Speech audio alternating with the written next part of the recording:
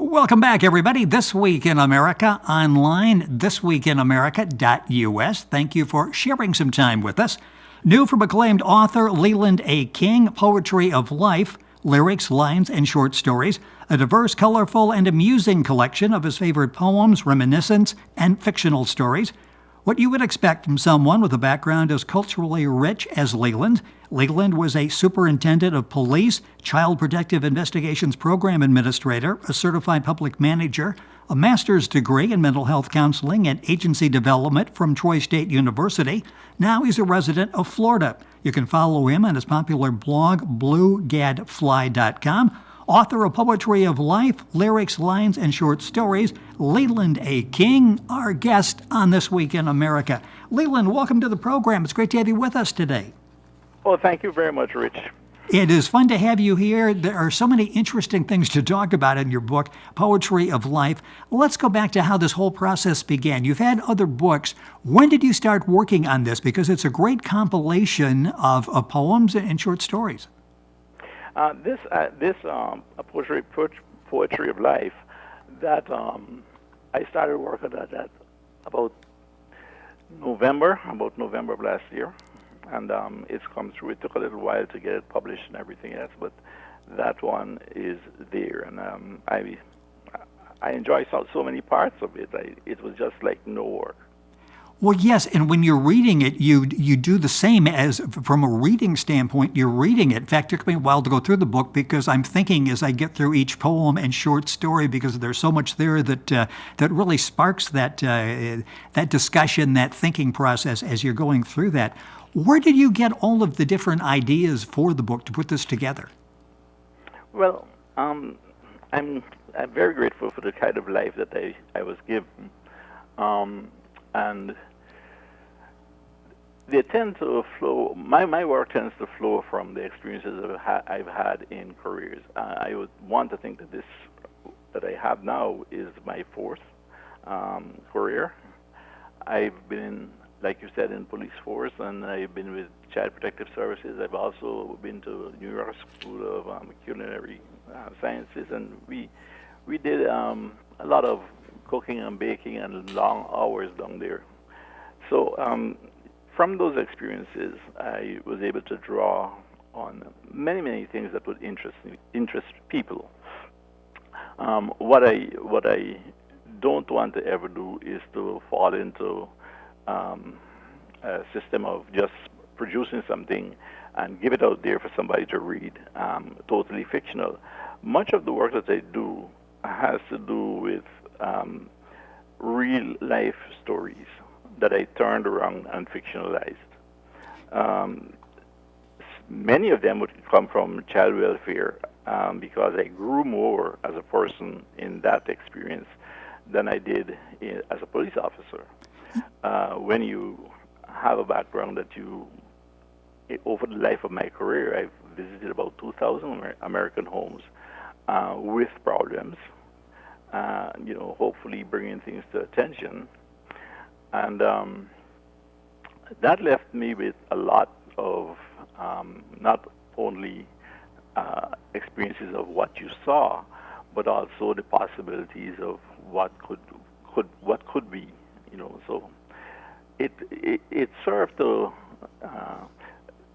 drift me away from the normal immigrant experience and the sectionalizing that takes place. So because the houses that you go to, they're, of any race, any income, throughout the whole thing.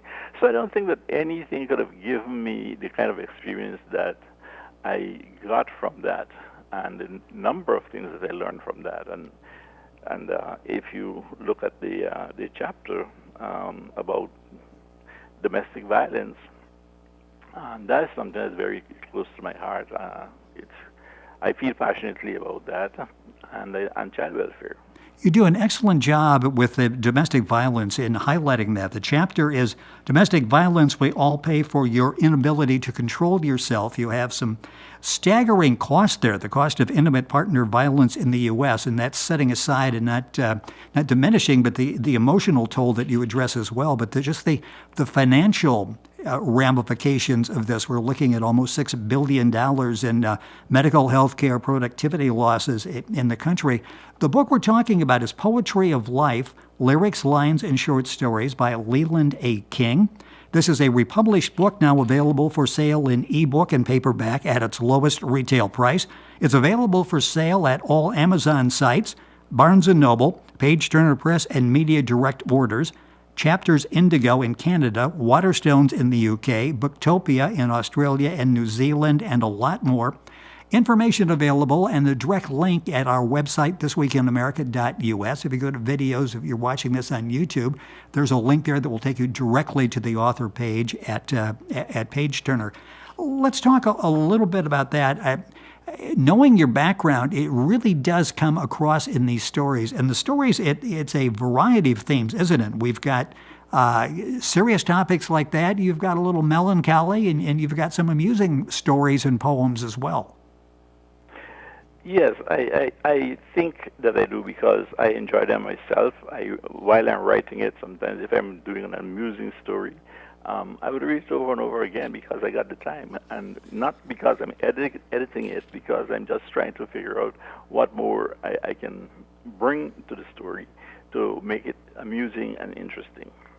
When you take a topic, when you come up with a topic, okay, this is something that I really would like to write, how do you determine how you write it, whether it's poetry, whether it's prose? How do you go about setting that process up? Well, I think the way that I do that is if the story that I want to tell through poetry is short and has an impact, an emotional impact, that is how I would decide to have it that way. If I'm doing a longer story like the journey from regret to happiness, that is something you want to pour a little bit more of your soul into. And some of those things you can, benefit from reading widely on the subject of what we want as human beings, or you can, take that information and sit with it a while, let it mature, and then you can start writing what you feel. And I've had very bad experiences in my life. I had good experiences, rich experiences, and all of them I'm grateful for. So I discovered that much of your happiness that everybody wants to have, it's really not something that is pursuable.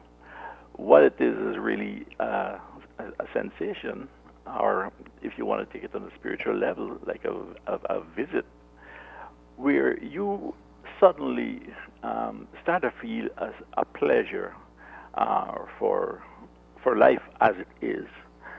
Just being alive, being relatively free of things that could have happened to you, and it lasts a few minutes. I think was my last experience, and you end up either smiling or having a tear in your eye or something like that. But you're so pleased with the feeling that you have. Now, some people, as I pointed out in the book, some people have the idea that they're owed happiness, or that they're perpetually happy because that is what is expected of them. But if you seeking happiness through the wrong sources, it's always going to be elusive, and you're always going to be mistaken as to what exactly it is that you're experiencing. The nice thing about the book, Poetry of Life, is you can pick it up, you can read for a while, you can read for an extended period, you can go back and reference some of the stories and poems there. One line that you have that I believe is yours: wealth alone cannot protect you. In fact, it might compound your existing problems and create new ones. Very thought-provoking.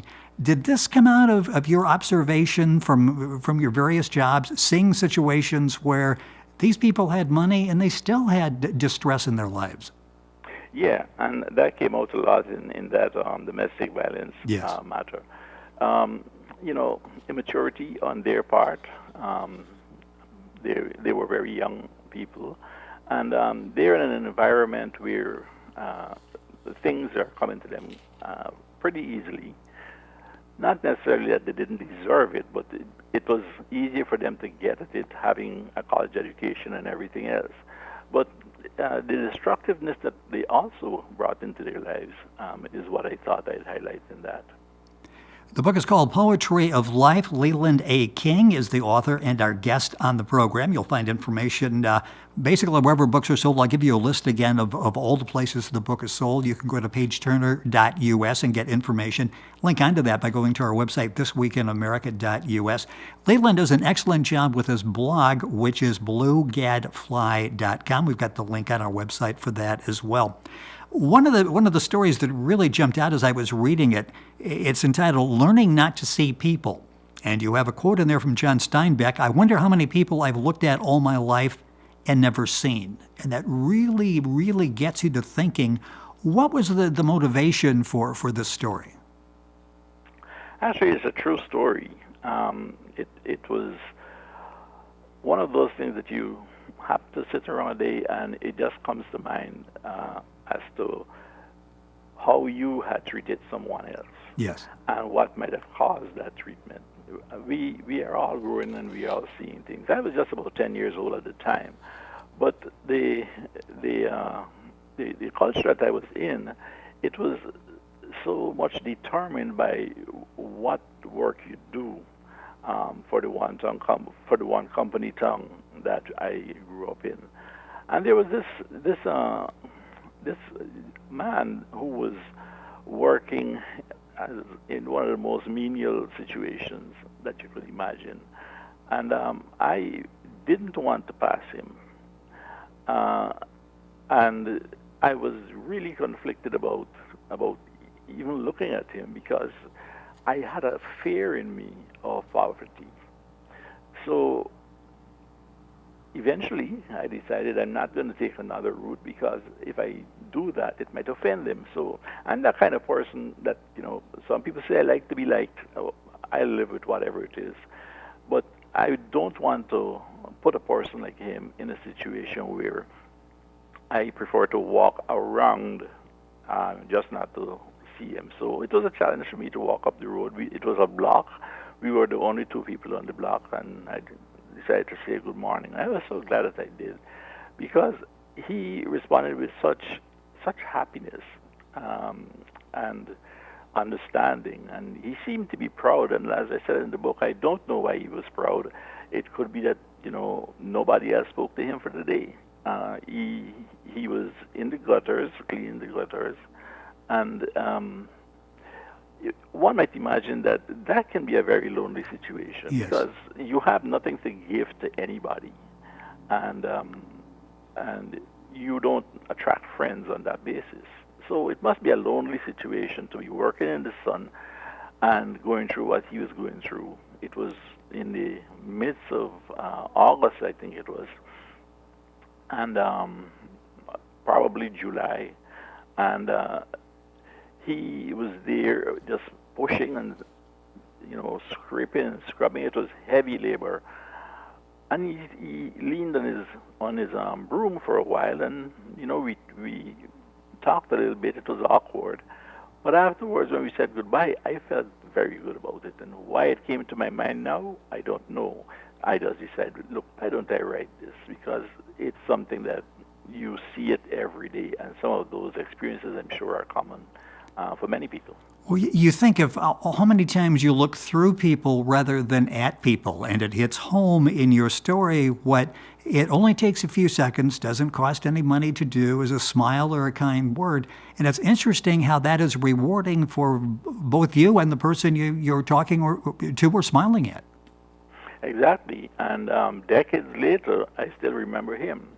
That is, I believe, what happens at this stage of my life, when you have time to reflect and develop insight and empathy and all those things that should enrich us as we grow. But unfortunately, it's not always that way, and we just live with what we have. There's another one that I have there. I think it's avoiding diligent efforts to avoid helping. Yes. That was one where I was traveling on the highway, and there was a car that pulled over, and I noticed it, and slowed down a bit. I saw that there were 3 children and a young man stranded on the road, and I decided, look, let me pull off. It was about going on 6:30. It was getting dark and everything. The kids were just about 3 years old, and everybody was passing. And I stopped, and for some people it would be taking a chance. I wouldn't, just go out and recommend a stop for anybody that you see. But you're smart enough to be able to determine what it is that you're seeing, right? Yes. And I thought of that. I decided to put it in a story that was a true story that happened to me, and I would have felt much different if it was a situation that I had passed and then that came back to my memory, because then I'd have to find some reason to justify it. So these are things that sometimes you sit and for some reason it just floats to your mind, and it makes you feel so much better because you help somebody for the right reason, which is that they deserve the help, not you deserving of an accolade. And I bring that kind of life experience to the book and to my readers. And we all can experience what you went through and try to emulate that in our lives. It's certainly it's very inspirational. The book is called Poetry of Life: Lyrics, Lines, and Short Stories. Leyland King, our guest on the program. Time is going by way too quickly, but a couple minutes left in the program. One of the chapters in the short stories is, sometimes, unfortunately, I get to thinking. Talk briefly about that, because I have the impression your mind is constantly going and slipping away to places maybe you've been, maybe you haven't even been to yet. No, that one is totally fictional. It's amusing. It's one of those things that you just come up with. I like to laugh at myself sometimes, and I do that through fiction. I'm an older guy, and for some reason we always feel that we're not older guys. And I thought I'd put that together with a very pretty lady who visited the home on government business, and the number of clumsy misunderstandings that's taking place. For instance, when she asked if I live alone, my interpretation of it was, "Are you alone?" And you went through with these things that she's saying one thing, and I'm interpreting something else, and then being so much afraid of her because she was so young and beautiful, and I've got Temp there. Temp is the fictional character who lives in my head, and supposed to be there all the time, and he's not there sometimes, and it really ended up, as you know, with a good ending. Yes. My expectations of her coming back, and the knowledge at the same time that she would never dare to come back into a home like that, where you make suggestions to go and get a pair of knives to sharpen her pencil, and she freaks out. It's entertaining on a number of levels. One of the many stories in the book, Poetry of Life: Lyrics, Lines, and Short Stories, new from author Leyland A. King. This is a republished book, now available for sale in ebook and paperback at its lowest retail price.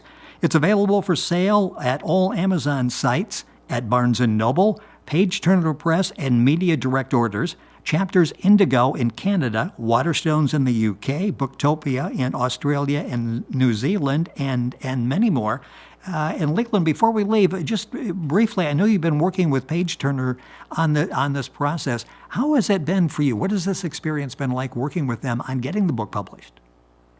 It was a restoration of faith, to tell you the truth. And why I say that is I've had some bad experiences with the previous 2 books that I put out, and some things I felt were really out of place.